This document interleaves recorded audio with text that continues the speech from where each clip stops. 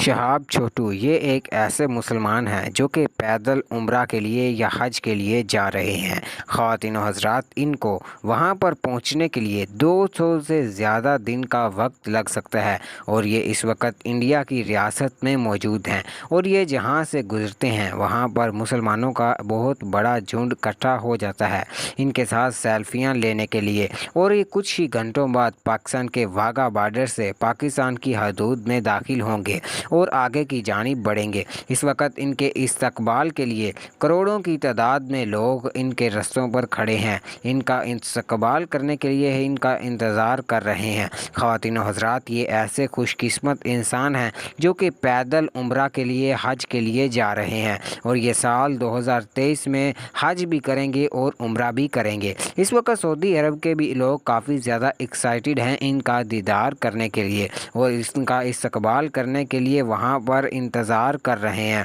دعا کریں اللہ پاک ان پر اپنی رحمت اور برکت نازل فرمائے۔